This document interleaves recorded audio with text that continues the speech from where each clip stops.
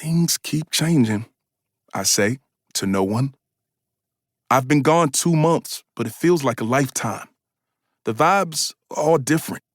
Like it's a dream, and I only got part of the details right.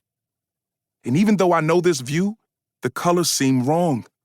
Red doors and trims, stakes lodged in grass with security signs, little things I want to remember from the past to anchor me, to let me know I still belong, but it's all just out of reach.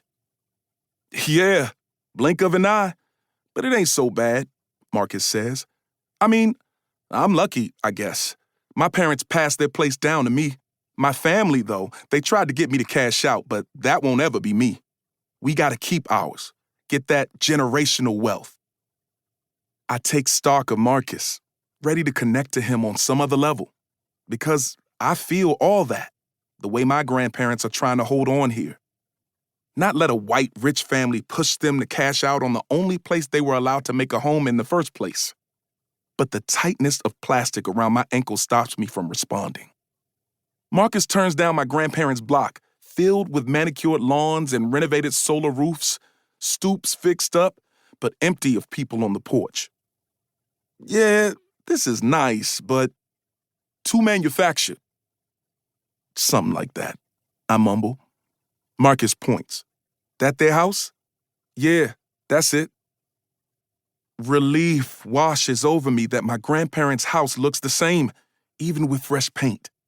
Mom said Dad took a whole month to do it, and it looked good, but she wasn't going to tell him because he complained about his back the entire time.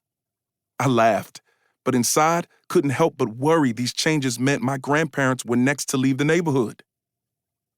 2 lanky white kids dash across the street and Marcus slams his brakes, causing a puddle to splash around us.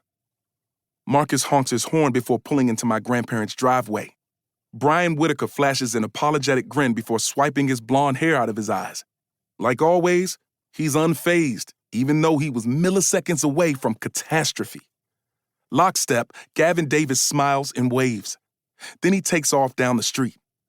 Seeing me is no big deal. It's as if I never left. Nothing bad ever happens to Gavin, no matter what he does. Damn, that was close, Marcus says.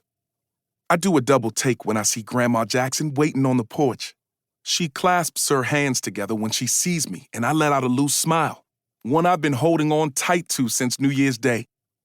Grandpa waits in the doorway wearing his faded green Vietnam vet hat, patient as usual. I grab my crumpled up duffel bag and step out the car with my hood on to block the rain. Grandma Jackson wastes no time coming down the porch steps. She throws her arms around me and I melt into her soft skin, not letting go until I take everything in. From her feeling like she shrunk, to the rose scent coming from her shirt she must have line dried before the rain. I step back to survey her again. What's with the plastic gloves? Oregon's got its first coronavirus case. Church been talking about keeping safe. This virus is coming whether we believe it or not. I wonder which one of these old church ladies filled her head with paranoia that probably also includes slathering Vicks on their top lip to kill whatever's going around. In detention, Jeopardy and the news were all we could watch. I know there were a few cases in the U.S., but I heard the only place it spread was isolated at a nursing home, and I guess it was only a matter of time before it came to Portland. But I didn't want to believe it could touch us. Not now. Not when I'm just getting my life back. All right, Grandma J, you can let go now. I pull out of her hug. Marcus grins at us like he's part of this reunion.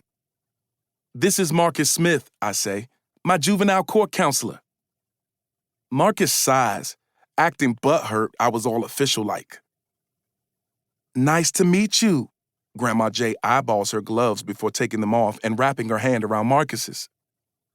My mom says the aging hands of an older black woman are filled with more knowledge than the world can contain. I think back to when I had a temp fade with zigzag braids done right on this porch. Mom wouldn't do it, but Grandma J took her time, telling me stories as she pulled and tugged at my head.